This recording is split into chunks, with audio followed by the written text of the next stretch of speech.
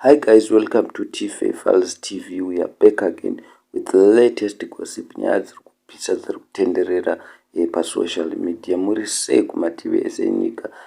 Passion Java Panganai by Beth achinyomba Baba Harare akanyora paFacebook paka akati you can't be a millionaire uchida Baba Harare. Ngavapuse vaite mari but zvigore for it. Ari kudedzera kuti as long kana uchifarira Baba Harare uchivasapota ombofa wakaita mari. As all know, Passion Java vanoswera achiti Baba Harare vanopfeka mazitye, vanopfeka mabhero, vanopfeka mafeki.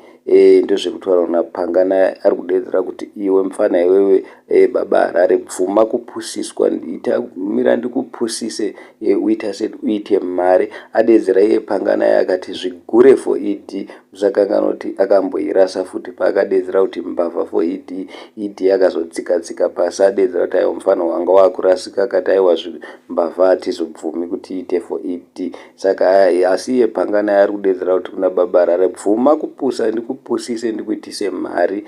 Asi munongoziva mega guys kuti kupusisa kunoita Passion Java, kupusisa kunoita profeti wedu venhema.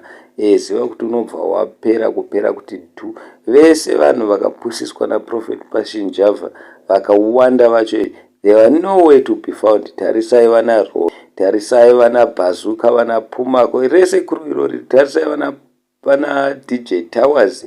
A lot of people vakapusiswa naPanganai ezvinezvi vatisiri kuona. Saka vamwe vari kudedza kuti aiwa Panganai vanhu vauri kupusisa kudai zvinzi vanobudirira vachienda mberi, tinounderstanda, but problem ndiwo uri kutovapedza. So guys, I don't know kuti munoti kudi. Please comment down below mutiudzawo kuti kupusisa kwaPanganai uku is it good here kana kuti kupusisa kwaiko kutopedza vanhu career, because everybody ari kushanda naPanganai ari kutopera career. Saka vanhu vari kudedza kuti aiwa Baba Harare musabvume kupusiswa nembavha iyi. Nongoziya mega Panganai imbavha hombe.